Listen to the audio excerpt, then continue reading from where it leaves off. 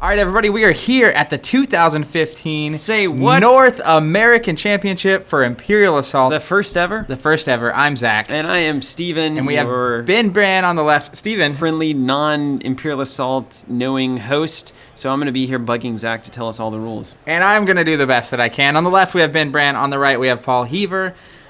Notorious X-Wing player now, finding himself in the finals of the North American Championship for another game. Mission here is incoming transmission on the Kuat space station map, and the rules of that mission are: a figure occupying space outside of a deployment zone cannot interact to open a door. The only doors are in the deployment zone, so you can't sneak around and open your opponent's door. That's Makes cool. sense. Then at the end of each round, we're going to place a strain token on each relay station, which are the circular tokens. Then each player who controls a relay station, meaning he's the only player with a model next to it, may discard the relay station to gain 3 points for each strain on the token. What you're telling me here is that you got these terminals here, the things on the board, the little triangles, that we saw nice in the beginning. They had little 3 points next to them. And so they're going to keep getting strain every turn. And then when you control it, you can discard it and get points for all the strain on it. So you kind of have to decide how risky you want to be if you want to let that thing build up strain. Am I right? Am I wrong? Yeah, and early on in the game, there's going to be a lot more models on the board and around. It's going to be way easier to contest these things. The longer it goes on, the more points each of these tokens becomes worth, the easier it's actually going to be to score these points. Interesting. So it's kind of one of those things where it's like, normally you obviously want to contest the points being gained, but maybe in this case, if you think you can table your opponent's list, giving them the 3 points on the first turn is fine. Yeah. Like you don't want to be next to one actually on the first turn. So it's a interesting proposition, but at the end of the day, points are points, right? So there is that. That is how you win the game. And then we have Paul Heaver, of course. You can't say enough about this guy. He's a true champion and a gentleman. We know that from X-Wing, of course. Diving into the on-the-field version of Star Wars here. And he's running a list that I have seen certainly a lot of referred to as a 4x4 list. Zach, am I correct on that? You are correct. So we basically have 4 standard Imperial officers and 4 standard sets of Royal Guards. And this is really the list that sparked the controversy of Imperial Assault Skirmish, is it not? Yeah, I mean, it's a big deal. It's a highly efficient list, and this is before the rules change, basically, to Skirmish, where if you have less activations available than your opponent, like ready activations, you can actually pass. You can pass. In this game, it's not the case, though. It's not, yeah, this is the old school way, Yep. so we're not playing that. But a lot of players actually believing that this list, just the raw supremacy of this list is the reason that change started to be kind of thought about and came down the pipeline, that it really exemplified the fact that the more activations you have, the better off you're going to do. And that really is hard because you want to see the Darth Vaders, you want to see the Skywalkers, which we do have a Luke over there on the board. Yeah, you want to see these big figures. I mean, activation economy is a key concept in the game, particularly before the rules change. And I think this list really, it's not that I don't think the rules change was really initiated because of this list, but this list pointed out the underlying problem the most. When you're not seeing Han Solo and Chewbacca and Darth Vader on the field very much, and you're just seeing a bunch of grunts and troopers, and you want to see troopers for sure, you want to see Royal Guards and you want to see Imperial officers, but if you're not seeing Darth Vader, that's kind of a problem. I mean, you imagine the movies where it's the story of Imperial Guards marching around and officers sitting behind them not quite pointing. the same, right? Not exactly what you paid for. I mean, it is cool that there's a list like this that can be good, and I think even with the rules change, it's still phenomenal. But the penalty against running less activations was just a little steep, given the way all the scenarios really work. Well, let's talk about Ben Brann's list over here, because first of all, this is a list that looks awesome. The theme here is so strong. The Saboteurs looking great. They're up there, obviously infiltrating something. The Empire trying to stop him, and got some Luke on the board. Even got some Jyn and Gideon. Yeah, so the whole thing. I'm really happy to see going into this tournament. I thought 4x4 was the strongest list, and I think it unquestionably is. But the close second list is this list over here, right? You have the Saboteurs, the Elite Saboteurs. They have Blast. They can use a Surge ability twice on the same attack. So the 4x4, which is oftentimes regarded at this point as the best list in the game, likes to be next to each other, right? The Royal Guards provide a free block to adjacent models. The officers get a reroll in defense if they're next to a friendly model. And this Luke and Saboteur list just penalizes that like crazy. So you have the Blast on the Saboteurs, and it's really strong. And you can just they basically have to separate, and you can just lay into them with a bunch of damage. And the math behind it, it's actually worse to be next to each other against those things, assuming they get the surges. And then Luke, one of the most incredible models absolutely in the game, 10 points. Son of Skywalker, the command card, lets him ready after a model activates, and that just wins so many games. Oh, really? Yeah. My goodness gracious. Did you guys hear that out there? After any model activates, you can play Son of Skywalker, which we may or may not see, and he just readies. So Jin, Gideon, and Mac also finding their way into this list. So we had the first roll of the game there. We had what was that, a surge and a hit, looked like? Yeah, it looks like Jin taking 3 damage, halfway there. Let's get some more rolls here. We'll get back to kind of the macro look, because I do want to fully kind of establish. There's 3 damage, 2 surge. Oh wow, that's going to be 2 damage and 2 surges. So she's gone. She's 5 gone. Points scored for Paul early on. I mean, that's a turn 1 just and nuke. Just immediately taken to the cleaners. So is that expected? Is that a reasonable thing to think? This is part of what makes this 4x4 so lethal, right? Is they spend their early activations on officers, which we've seen Paul do. And then that gets his guards close enough where if you move into position at all, he can get to you and attack. Yeah. So this list has more activations and more mobility, and what ends up happening is they end up getting the first strike, which we saw here, and usually the better positioning, which is just super rough. Woo, look at those numbers. Looking great there. Ton of damage coming through. One of them now coming back in for just 7 damage, triggering Luke there for anything within 3 of Luke can do a 1 reroll on offense. Beautiful. So, but this again, that part of what makes these royal guards so good. They're next to each other, so there's a free block there, and they have 8 health. So even doing that much damage, that doesn't even take one. It doesn't even take one out. What am I going to be looking for as, I know there's a lot of fans out there that maybe they're just campaign players or they just started skirmish and they're kind of checking this game out. What can we expect, or maybe the highlights and things to look for in this matchup particularly? Is there particular nodes that these guys are playing for right now? What's the game plan? Or what would yours be, I should say? So the key is going to be who... It's going to come down to Surge, honestly. If Paul can use his attacks to stun his opponent, which is what the Royal Guards also have, they have stun, that's their key, basically, surge ability, versus the blast over on Ben's side, which one of those is going to be more effective in this game? And it kind of depends on which one gets out on top first. We saw Paul kill a model on the first swing already. A real model, not even just a real model. And so on the flip here, right, so Paul's got those 3 guards right next to each other. So on this next activation, you see the Elite Saboteurs already activated. But coming into the next round, Ben, who's going to have initiative, right now Paul has that initiative token, Ben's going to have initiative, and he could easily do a ton of damage to all 3 of those Royal Guards right there. So it's really going to, for me, be a matter of who is going to use their list more effectively. And I think these lists are super close.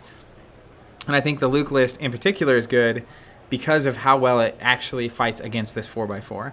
So this being in the finals is not a surprise, but I'm so glad it's not a 4x4 versus a 4x4. Well, I know that Ben was kind of the shark in the water of this event because I believe that the rest of the top 8 was 4x4, aside from his one list. Which is cool. He claws it to the finals. Yep. Super impressive. Luke coming and just killing a Royal Guard there. He's smoking a Royal Guard. Yeah, he's got that lightsaber. There's Son of Skywalker. He's going to get a go again. And now we have another Royal Guard looking to be taken to the cleaners here. Yep. And that is the Royal Guard there. He's the only one that Paul has decided is worth painting.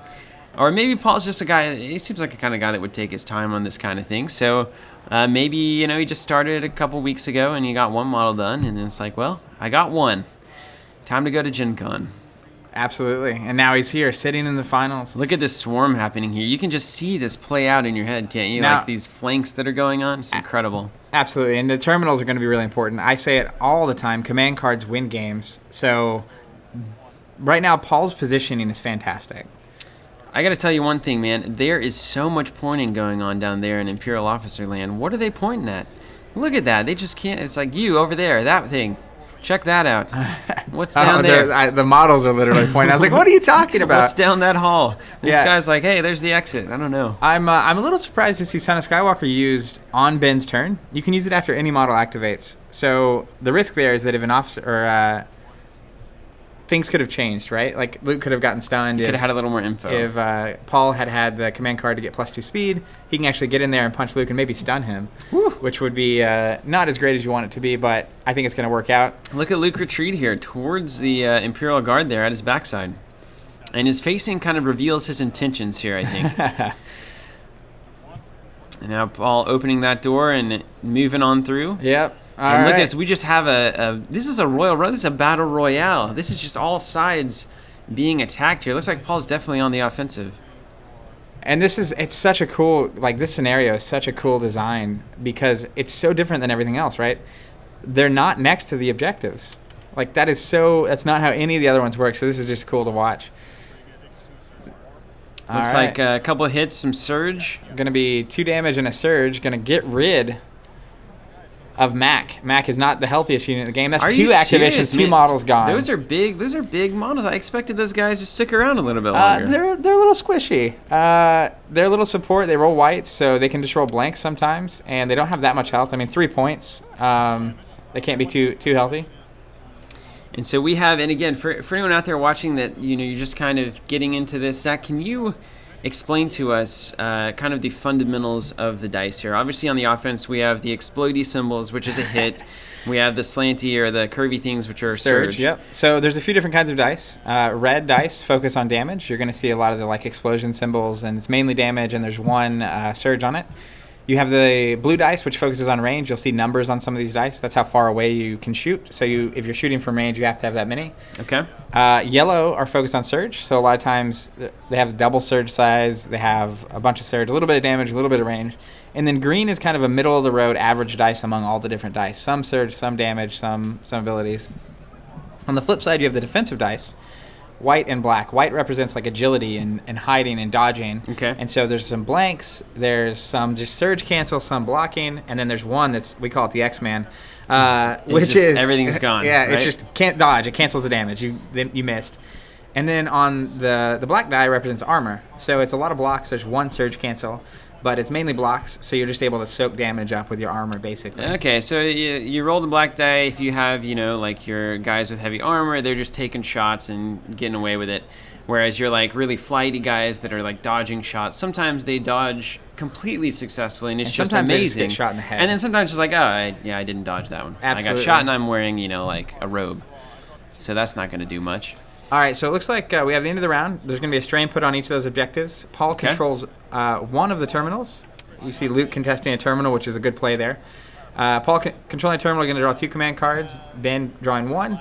And those are I cannot stress the importance of the command cards enough. They literally win and lose games. So this is a secondary mechanic that you're also is a secondary resource that you're managing, basically, and these are kind of your bonus cards, right? Like a community chest almost in Monopoly. It's the one surprise you have on your opponent, and surprises are what really swing games.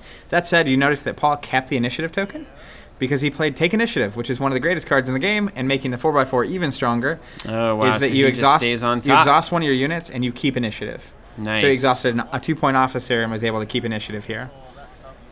So it looks like we have 5 that's damage. A block, and is that a surge cancel as well, right? Yes, that is what that icon is, the non-triangle looking one. All right. We're all caught up here. Everyone's ready to fully enjoy this game. We know the rules. And it's definitely worth talking about. You see all of these guys kind of using some various methods to attempt to keep tokens off of the board. So we just released some command tokens, and they're wild for this game, for both campaign, skirmish, every side of it. Absolutely. It's funny to see. Actually, I hadn't seen the methods that these guys were using before we had to track activations and stuff. Finished the development of these things. Yeah. But yeah, it's so we have the tracking of the activations, but you also have it linked to specific individual models. So you can track Stormtrooper 1, Stormtrooper 2, Stormtrooper 3. Everything stays off the board. All the activations make sense. You keep all the cards and the damage with them. Really cleans up the game. So check those out if you guys are playing Imperial Assault and you're thinking, man, I would sure love this to look better and be way more functional, all while having a good bit of support for these kinds of videos, then, well, we've got those. Yeah, and we really appreciate those tokens. As an Imperial Assault player myself, playing with and without them is just a crazy experience. Yeah, I love that. It was basically get the core box as soon as possible and then start development of that token set, because it was we've got to get these things off the board. This needs to be better. Yeah. And these guys are actually doing a pretty good job of that themselves with their own little solutions here. Yep. And you see on Paul's Royal Guards over on the right, he's got a 1 and a 2 on that Royal Guard with some damage next to each. And so our bases and activations just clean all that up. Clean that up and make it very obvious. But it's funny to watch how that goes. It's nice. Got some attacks coming in here. Paul's taking a little bit of damage, but again, this is what makes this 4x4 so lethal. Those guards are so beefy. They take so long to deal with. It's hard to believe how much damage those guys can take. We just saw Mac engine just completely destroyed. Nuked. In a single hit. And we've seen, like, impressive shots in these Royal Guard, and they're still standing. Yeah, and this is, before the rules change, again, the fact that Ben is down 2 activations is actually a bigger deal than anything. Yes. Oh, there's the X-Man. Ho! Dodge City. X-Man. And now the Imperial Royal Guard there gets out of dodge. And so we have... Out of dodge? That's a joke. These are, what, 3... are these the 3 terminals here? We have 2 of them. Are 2 of them marked by the real nice? 2 terminals, and then the... What's that? Yeah, what are these circular tokens? Those are the... oh, we got a double X-Man. Rolling gold. What's X times X? Who cares? Ask any algebra teacher. We don't know. Who cares? What?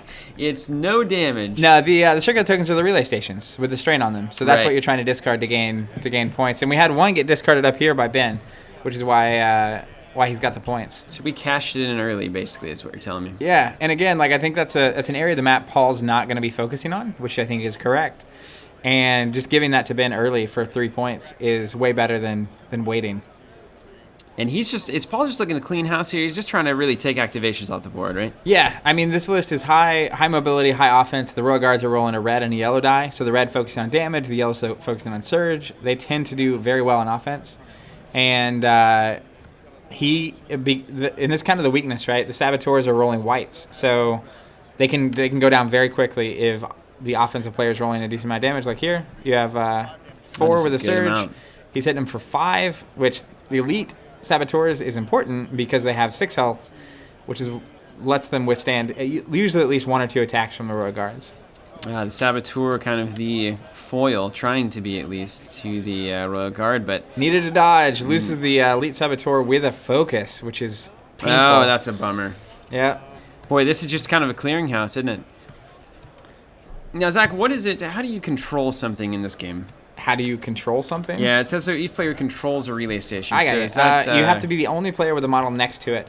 Okay. So it triggers at the end of the round. So if you're the only player next to a relay station at the end of a round, then you can discard the relay station and gain the points. Sounds great. And get some return fire. I would sure like to see some of these Royal Guards bite it. I feel like they are just kind of running the show here. And I know Ben's been through this list 1,000 times on the day. And it just comes down to, can you get it done? Yeah, I think really the choice on Paul's part is how much energy do you invest against Luke and how early. Luke has 10 health. He rolls a white, so he's got some dodges. He has a built-in block, so he just has 1 block standard. That's nice. But more importantly than anything, Luke has recover 2 on attack, so he can surge to recover 2. And so he's the kind of model, because of the dodge and the recover, that if you spend attacks on him, you might get 5, 6, 7 damage, and then you just see it evaporate. Mm-hmm. Now, Son of Skywalker's gone, but if you can attack twice in the same turn, in the same round, basically, it can go even faster. Command cards also allowing you to recover. So he's sort of a risky target, right? As he should be. Yeah, wily so Jedi. As you see Paul doing, he's not focusing on Luke. Luke is not damaged. Luke is being left alone. And I agree. I think it's the right move to... I'm trying to get rid of Saboteurs. Once Saboteurs are gone... Another one off the board there. Once the Saboteurs are gone, I think Paul is in a really good position because that's just where a lot of the damage is going to come from. That said, Luke is a beast, so he can go kill things. And so Blast basically giving you a splash attack, right, if I'm not mistaken? Yeah, it's basically area of effect, so whatever you hit, any model adjacent to it, if you choose to blast, suffers the blast damage. So Blast 2 would do 2 to everything next to it. Looks like you think Ben's attacking this red Royal Guard here? Maybe try to blast over onto that gray one? Looks like he's kind of reconsidering that move. He's also got these 2 Royal Guards in front of him. I feel like I haven't seen a real blast attack yet. Have we seen that this game? Not much of that, no. There's just seen a lot of Royal Guards killing things. There's a lot of groups of 2 Royal Guards here, and I would be tempted to try to work that. Man. That's a great roll there. Well, it sort of is. 5 damage, but no surge. No surge, which is the blast effect, which is right? doing the blast. So, if one of those damage had been a surge instead, you do the damage and then also do 2 to the guy next to him. Oh, man, that's... But he did kill the Royal Guard, so we're down a Royal Guard. This is going to be interesting. Look at this. Saboteurs look like they're kind of retreating almost here behind Luke, kind of trying to rely on Mr. Skywalker to keep them safe. Yeah, the thing about it is the guards have to come in, right, to attack you. They have to be. Absolutely. They have reach, so they can actually punch you from one space away. But the closer they are to Luke to have to attack, then Luke can get to them to Saber Strike, which is his awesome attack. Absolutely.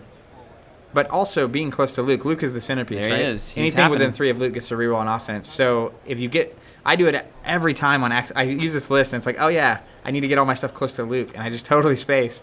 But that ability to reroll, especially when you're looking for a surge, is mucho critical. If there's one thing I understand about dice games, Zach, it's that anytime you can re-roll a die, you should do it. Try to do it at all Looks times. like Luke is shooting downtown at the guard way down there. That's a bad roll. 2 damage and a surge. One of the damages is canceled. But did he only need 1, it looks like? I think he did Paul's only need clearing 1. Clearing the board here. All right, so we got 2 royal guards down. Now we don't have any, and this is important. It's been royal guards from different activations, right? So Paul's still having a ton of activations here. Okay, so those cards, so he's turned them sideways, but they still have an activation left. Is that correct? Well, so they've activated. They're exhausted. But if 2 of the royal guards have been the same unit, the card would be gone, right? And the points would be scored. So Paul's basically giving him units to attack that are from separate cards. Yeah. There's the X-Man. Dodge boom, City. Boom, boom, boom. Cross him up. It's the worst, man. Dodge is the worst. It leads to some exciting moments. Beautiful positioning here. Paul contesting the terminal and getting to attack with the officer. One thing people forget they can do is attack, and they do it actually pretty well. Blue and yellow, not so bad. And one of their surge abilities, focus. See all that surge? Tons of surge. So he'll be able to add a damage and get a focus if he wants. So it's going to be 2 damage and a focus for that officer there. Absolutely. And there he goes. Once he's a focused, they actually can do a significant amount of damage. Tell me all about focus. Focus, it's a surge ability. It is sometimes a surge ability. You can get a focus. Other things like Gideon can actually spend an action to give a model he can see a focus. But basically the way focus works is the next time that model would attack, you spend the focus token, you have to, and you roll a green dice on top of whatever you normally would roll. So it just adds a green die to the pool. Yeah, so the officer normally rolls a blue and a yellow. When he's focused, you spend the focus token, and it's blue, yellow, green. Nice. And what tends to happen is because you're rolling 3 dice, you roll surge again, and you get another focus. So at that point, they're just kind of rolling that for the rest of the game. So he's essentially just rolling the train into the station at that point. Just perpetual focusedness. I like it. That seems like something an officer would do. And it looks like Paul just cashed out that station for 6 points. 6 points. 2 strain on that thing. And the Saboteur sitting on the other one, guarding it with his life. And that life is probably soon to be guarded. It's soon to be gone, yeah. Initiative finally goes over to Ben here. Yeah, and that's... So the thing about Take Initiative, which is the card Paul used to take initiative, is that if your opponent plays it, you can't play it in response because at the start of the turn has already happened. I see. So if your opponent goes first and has taken the initiative, that's just a huge momentum shift because they get the first thing both times. And because it's Paul, he has the more mobile list that can actually get a lot of attacks in on the first turn, which is all of these things are big reasons why this list is so good. In the new rules, Ben could have just passed for an activation or 2. Yeah. And then now he can get some stuff going. I like it. Seems like the change is going to be a really significant and impressive driver for the kind of tactical depth of this game. Yeah, it's changed it. We have the new expansions out as well with Boba Fett and Twin Shadows, and it's really cool to see those more expensive models hitting the table again in an effective way. I'm still working on my IG list. Iggy is. He's awesome. That robot is crazy. Have you seen the alt art for He's Iggy? insane. I have, actually. It is so good. Look at that. All right, bodyguard. That means he has to attack the other. He attacked one more guard. Bodyguard, a guardian unit can make you attack him instead. So that's kind of not what you want to see. So Paul continues to spread the damage kind of around his entire board. Absolutely. Still has those activations to make the tempo happen. So he blocks 1 with the die. Well, he has a surge cancel. I think he's blocking 1 with the protector ability. And then he has, what is that card up there? I think he played the counterattack, basically. So after he takes damage, he can play it and do damage to an adjacent model, which is, I believe that's what happened. Looks like that card clearly says counter something. Like counterattack.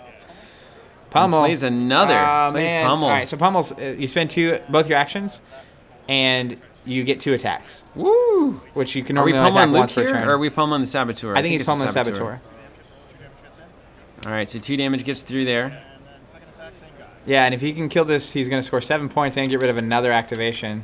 Dodge! Oh, it's the dodge! X-Man. Give me the X-Man. It's the X-Man. Bring me... Oh, man, bring me the Somebody X-Man. call the professor.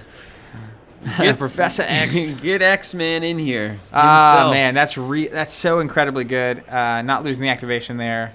Spent the pummel, and that's the thing about dodge, is it happens. Yeah, welcome to the party. Man, 1 out of 6 on that, right? 1 out of 6. Ben has been just working this list with those X-Men, man. So Gideon's going here, shooting a Royal Guard, gave Luke a focus, which is going to make Luke a wrecking ball. Oh, 3 blocks on that defense. It happens. Gideon's not even there for attacking. He's just there for that focus token. He's just a man. Focus token and around. All right. All right, swinging there at Gideon. He is focused. He's going to add that die. All right, he may be changing his mind. These guys were playing such a cool game. They were just like, it was like being at the store or something. Yeah, it didn't seem super intense and competitive and crazy. It was very nice. It's a great community of people, a great game. All the Star Wars folks, X-Wing, card game, Imperial Assault, Armada, super awesome people.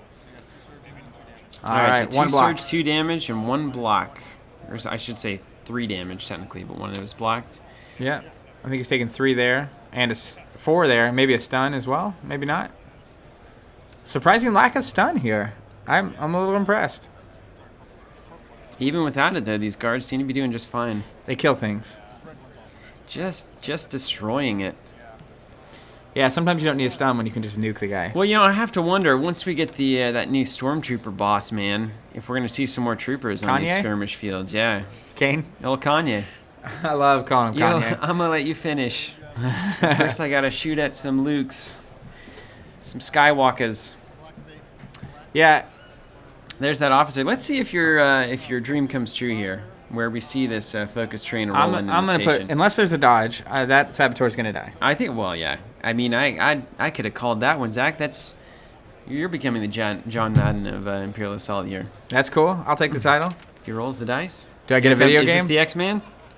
No, just a block. 1 block. He's out of here. See how much damage that is? And he's got the surge, so he's going to get the focus back. That's unbelievable. There it is. Focus back. 16 points for Paul Heaver. Why would I run anything except for these Imperial officers and Royal Guards? I mean, it's the best 2 points the credits can buy. The best 2 points in this game. Yeah, it is.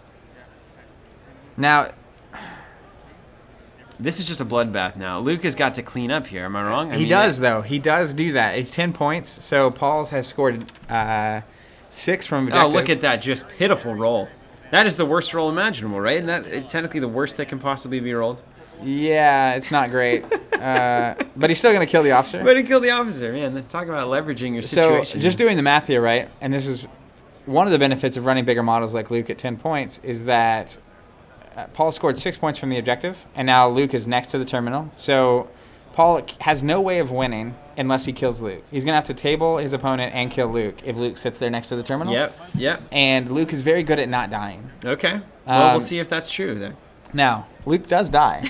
I would hope it's not an impossibility. But he's pretty good at not dying. And the more stuff next to him, he can just kill quickly. He has that Saber Strike with a Pierce 3 rolling a red and yellow. Which is why even on that dismal roll, he's able to He still can take somebody out. And it looks like we have an activation from downtown here. Yeah, and Ben is down on it. Oh, look at this sneaky saboteur. He's about to go clock out that Imperial officer. He doesn't even know. He's just pointing over there at Luke. Yeah. He has no idea what's coming. He's clueless. All right, Ben out of activations here. He's down on models. Luke, if anybody can do it, Luke can. I would be way more comfortable if I still had Son of Skywalker in my hand. Yes, of course. I tend to like to have that around when I need recovers because you get the offense and then you're also soaking up the damage. All right, 1 damage gets through. That's very good news for Ben. He needs to not lose more models. And we have a good old-fashioned, this is just a cinematic moment here in the game. Luke, a couple Royal Guards, an Imperial officer. I mean, can he do it? Like, can he pull out here? And is he being attacked? Probably, it looks like. The only way he can get through this is if the Force is on his side. He'll need the Force. All the Force. Saboteur goes down, was being shot, looks like, by the officer. All right, Paul going to score more points here. Again, though, he's going to have to get rid of Luke, or this is all going to be for naught. So Luke just needs to, he needs to put his targeting computer away. Now, what could be funny... Yeah, the right? old man's going to get smoked here. What could be funny, I don't know if Paul has the command card. There's a command card that lets you move another model. So if Luke activates and then Paul can move him with that card. With that card, yeah. That could be funny. I don't know that he can use it, though. Might have to be a force user. But I think it's just a push. All right, so we're looking at this thing just... Everyone now closing in. This is just Luke and the old man here. Gideon. Yeah. And... Rolling on Luke here, it looks like. Luke has the default 1 block. A block and a surge cancel. Ooh, so not quite 3 enough. damage and a surge. That could be 5 damage on Luke. But Zach, I thought you said that Luke was good at not dying. He is. He's not dead yet. Certainly he has not died yet. Well, so like if he gets to activate, next turn, he will get to attack. He'll probably recover 2 and kill something. There goes tick 5, as you said. And so 10 is his ultimate health. Is that correct? That is correct. I think his best, assuming he gets to go, having the card let you recover 2 as well as an attack to recover 2 and kill something would keep him... Be killer? Yeah. Looks like Paul is really... So he's going to take the first... Oh, take initiative. There it is. That's actually big because we'll see if he goes with Luke, but I would almost go with the Saboteur because of the grouping. Although you can't trigger blast unless you want to hit Luke. And Luke's Paul drops the bodyguard here. Redirect. All right, Luke with a Pierce 3. Blocks 2, going to pierce through it, going to add damage and probably recover here. I hope he recovers. All right, yeah, show me the money, Ben. Also in the command token set, 3 damage. 3 damage tokens do help clean things up. Which we had to implement because there was just too many moments where 5s and 1s were not enough. Looks like Paul has some kind of weird 3 token there. He does have a nice 3 over there. All right, so Luke able to do some damage, recovering 2. Now he's got 7 health left. And putting another strain over there on that relay. There's going to be a lot of attacks coming at Luke. This is the reality of the situation. Yeah. So Luke has activated. He's done what he can do. We have a sneaky Saboteur over there on the east side of the board. He looks like he's up to no good.